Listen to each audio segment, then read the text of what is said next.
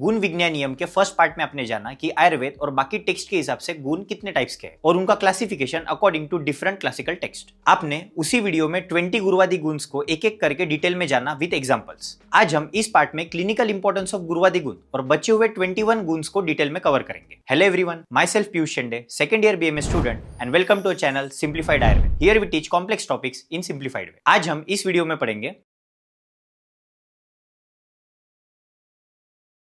So let's start with our first topic, that is clinical importance of गुरुवादी गुण। गुरुवादी गुण को शारीरिक गुण या कर्मण्य गुण भी कहा जाता है क्योंकि ये आहार, औषध और बॉडी के टिश्यूज में नेचुरली प्रेजेंट होते हैं। जब हमारी बॉडी डिसीज कंडीशन में होती है तो इन गुणास में क्वालिटेटिव डिफरेंस आ जाता है। इन इम्बैलेंस को हम प्रॉपर आहार और औषधि के थ्रू ट्रीट करते हैं जो सामान्य विशेष सिद्धांत पर बेस्ड होता है। फॉर एग्जाम्पल, अगर पेशेंट को ज्वर यानी फीवर होता है तो हम शीत यानी ठंडे द्रव्य का यूज करते हैं उसका टेम्परेचर डाउन करने के लिए। वैसे ही अगर अजीर्ण हो तो उष्ण, तीक्ष्ण और लघु गुण वाले द्रव्य यूज करते हैं ताकि उसकी अग्नि सही हो जाए। थर्ड, पेशेंट ज्यादा वीक हो तो गुरु और स्निग्ध द्रव्य से ट्रीट करते हैं ताकि बॉडी का पोषण हो जाए। और ठीक उसके अपोजिट गुण वाले ड्रग्स को जो पेशेंट थोड़े ओवरवेट होते हैं उनमें यूज किया जाता है। अगर पर्सन की बॉडी ऑयली हो तो रुक्ष द्रव्य यूज करते हैं और अगर बॉडी रफ हो तो स्निग्ध द्रव्य। और इस तरीके से पेशेंट को ट्रीट करते टाइम गुरुवादी गुण का इंपॉर्टेंस होता है to maintain the health of the patient. Next हम पढ़ेंगे अबाउट परादी गुण। जैसे कि मैंने आपको पहले ही बताया था, परादी गुण 10 होते हैं। अब हम इन 10 गुणों को एक एक करके डिटेल में पढ़ेंगे, जिसमें हम सबसे पहले 2 गुणों को कंपैरिजन करके एक साथ पढ़ेंगे, जो है परत्व एंड अपरत्व। परत्व यानी जो सुपीरियर या प्रेफरेबल चॉइस हो और अपरत्व यानी जो इंफीरियर हो या लेस प्रेफरेबल और लेस पोटेंट हो। अकॉर्डिंग टू चक्रपाणी, परत्व की डेफिनेशन है परत्वम प्रधानत्वम, यानी परत्व प्रधान होता है और अपरत्वम अप्रधानत्वम यानी वो प्रधान नहीं होता। जैसे अगर हम देश की बात करें तो जांगल देश अच्छा होता है एज कंपेयर टू अनूप देश, इसलिए जांगल देश परत्व में आएगा और अनूप देश अपरत्व में। सेम फॉर काल, जैसे कफ रोगी के लिए फेवरेबल काल ग्रीष्म रहेगा क्योंकि उसमें कफ कम होने लगता है। वही शीत ऋतु में कफ बढ़ता है तो शीत ऋतु अपरत्व हो जाएगा। अगर वह यानी एज की बात करें तो तरुण यानी यूथ परत्व एंड ओल्ड एज अपरत्व हो जाएगा। नेक्स्ट, प्रमाण यानी क्वांटिटी में अजीर्ण के पेशेंट में अल्प मात्रा में खाना खाए तो परत्व और अति मात्रा में खाए तो अपरत्व। रस में अगर वात रोगी हो तो मधुर, अम्ल, लवण रस वात को कम करता है तो वो परत्व हो जाएगा और कटु तिक्त कषाय रस अपरत्व। तो इस तरीके से हमने 2 परादी गुण को कंपैरिजन करके समझा। अब चलते हैं थर्ड परादी गुण की ओर, जो है युक्ति यानी प्लानिंग, जिसका श्लोक है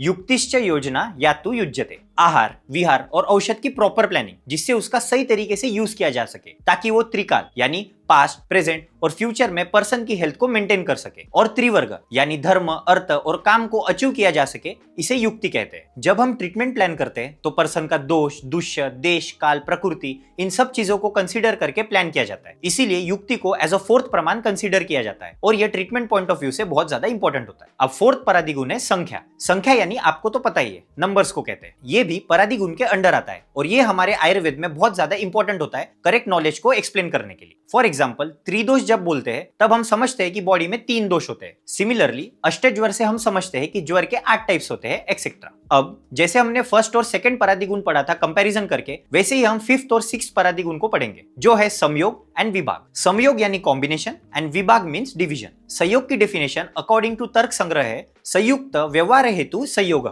जिसका मीनिंग है कॉम्बिनेशन ऑफ 2 और more items is called as संयोग। It persist only for some times, इसलिए इसको अनित्य भी कहा जाता है। ठीक उसके एग्जैक्ट अपोजिट होता है विभाग, जिसकी डेफिनेशन है संयोग नाशको गुणो विभाग, जिसका मीनिंग है separation of the components in a mixture is called as विभाग। इट इज ऑल्सो अनित्य। अब हम देखते हैं संयोग और विभाग के डिफरेंट टाइप्स, जिसमें फर्स्ट आता है टाइप्स एज पर कारण। संयोग के 3 टाइप्स है एज पर कारण, एक कर्म संयोग, द्वंद्व कर्म संयोग एंड सर्व कर्म संयोग। सिमिलरली विभाग के भी एज पर कारण 3 टाइप्स होते हैं, एक कर्म विभाग, द्वंद्व कर्म विभाग एंड सर्व कर्म विभाग। सिमिलरली एज पर कार्य संयोग 2 टाइप के होते हैं, भौतिक संयोग एंड रासायनिक संयोग। विभाग के कोई भी क्लासिफिकेशन नहीं बताया गया है। कुछ अदर टेक्स्ट में क्लासिफिकेशंस दिए, जिसमें संयोग में आता है कर्मज संयोग एंड संयोगज संयोग एंड सिमिलरली कर्मज विभाग एंड विभागज विभाग। कारण क्लासिफिकेशन को हम कुछ एग्जाम्पल के थ्रू समझते हैं। फॉर एग्जाम्पल, जैसे टेबल पर बुक है, ये हो गया एक कर्मज संयोग। सेकेंड, 2 लोग झगड़ रहे हैं, ये एग्जाम्पल हो गया द्वंद्व कर्म संयोग का। एंड थर्ड,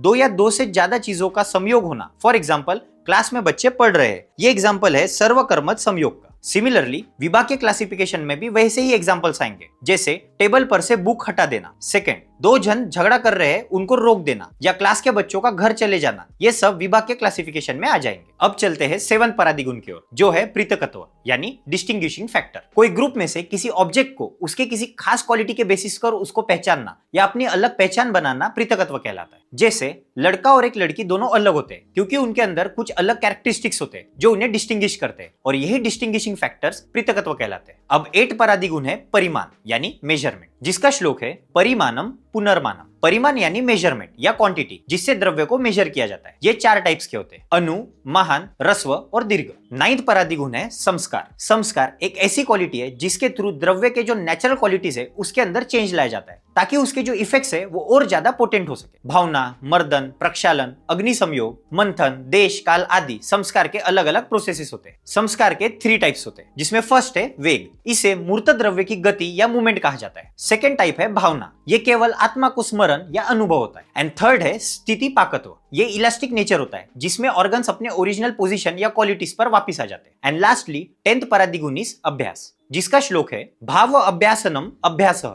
शीलनम सतत क्रिया। किसी भी चीज को बार बार करते रहने को अभ्यास कहा जाता है, जिससे शीलन और सतत क्रिया भी कहते हैं। हेल्थ प्रिंसिपल्स को फॉलो और प्रैक्टिस करने के लिए ट्रीटमेंट पॉइंट ऑफ व्यू से अभ्यास का बहुत ज्यादा इंपॉर्टेंस होता है, इसीलिए इसे भी परादिगुण में ऐड किया गया है। और इसी के साथ हमारे 10 परादिगुण यही समाप्त होते हैं। वापिस से हम सारे 10 परादिगुण को एक बार रिवाइज कर लेते हैं, जो है परत्व, अपरत्व, युक्ति, संख्या, संयोग, विभाग, पृथकत्व, परिमाण, संस्कार एंड अभ्यास। अब हम इन परादिगुण का क्लिनिकल इंपॉर्टेंस देखते हैं, जिसमें फर्स्ट है जैसे परत्व बेस्ट चॉइस देता है देश, काल, रस, वीर्य etcetera for the success of treatment, उसके एग्जैक्ट अपोजिट अपरत्व का मतलब अप्रदान होता है। इसलिए अच्छी हेल्थ के लिए अपरत्व प्रिंसिपल्स अवॉइड करने चाहिए ड्यूरिंग क्लिनिकल प्रैक्टिस। सेकंड, युक्ति ट्रीटमेंट के सक्सेस के लिए प्रॉपर प्लानिंग का आइडिया देती है। डायग्नोसिस, ट्रीटमेंट और हेल्थ के हर एस्पेक्ट में प्लानिंग कंपलसरी होती है। अगर प्रॉपर प्लानिंग ना हो तो ट्रीटमेंट फेलियर हो जाता है। थर्ड, संयोग डिसीज प्रोडक्शन का कॉमनेस्ट प्रिंसिपल है। जैसे जब दोष और दुष्य का एक साथ संयोग होता है वहां डिसीज निर्माण होती है। इसके अलावा मेडिसिन के कॉम्बिनेशन, ये सबके लिए संयोग क्लिनिकली बहुत ज्यादा इंपॉर्टेंट होता है। पृथकत्व से डिफरेंशियल डायग्नोसिस और ट्रीटमेंट का नॉलेज मिलता है, जिससे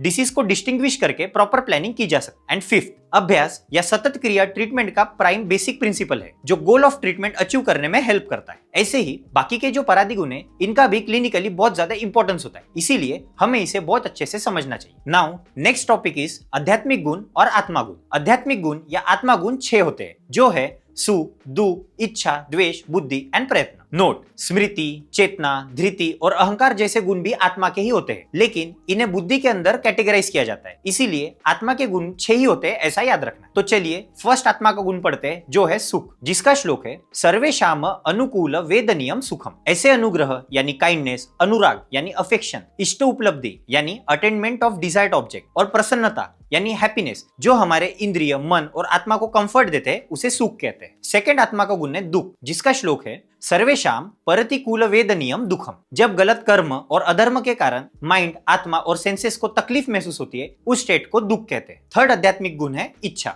जिसका श्लोक है इच्छा काम, it is desire to want something. इसके सिनोनिम्स है काम, अभिलाषा, राग, संकल्प, भाव एक्सेट्रा। फोर्थ आत्मा का गुण है द्वेष, जिस व्यक्ति, वस्तु या सिचुएशन को हम पसंद नहीं करते और उसके प्रति हमें गुस्सा या नफरत महसूस होती है, उसे द्वेष कहते हैं। ये एक मानसिक भाव है और अक्सर ये दुख के साथ जुड़ा होता है, और इसीलिए ये भी आत्मा का गुण कंसीडर किया जाता है। फिफ्थ आत्मा का गुण है बुद्धि, जिसका श्लोक है सर्व व्यवहार हेतुर गुणो हो बुद्धि ज्ञानम। बुद्धि ही हमें सारे वस्तु का नॉलेज देती है। साद्विविधा स्मृति अनुभवश्च। बुद्धि 2 टाइप की होती है, स्मृति यानी मेमोरी एंड अनुभव मीन्स एक्सपीरियंस। स्मृति एक संस्कार जन्य गुण है, यानी हमारे पास जो प्रीवियस नॉलेज होता है चीजों का, उसके रिकलेक्शन को कहते हैं स्मृति। नेक्स्ट इज अनुभव। अनुभव इंसान के एक्सपीरियंस से जुड़ा होता है, जो 2 टाइप्स के होते हैं, प्रमा यानी रियल नॉलेज और अप्रमा यानी फॉल्स नॉलेज। प्रमा में भी 4 टाइप्स होते हैं, जिससे हमें रियल नॉलेज प्राप्त होता है, प्रत्यक्ष, अनुमिति, उपमिति एंड शब्द। उसके एग्जैक्ट अपोजिट होता है अप्रमा यानी फॉल्स नॉलेज। ये 3 टाइप्स के होते हैं, संशय,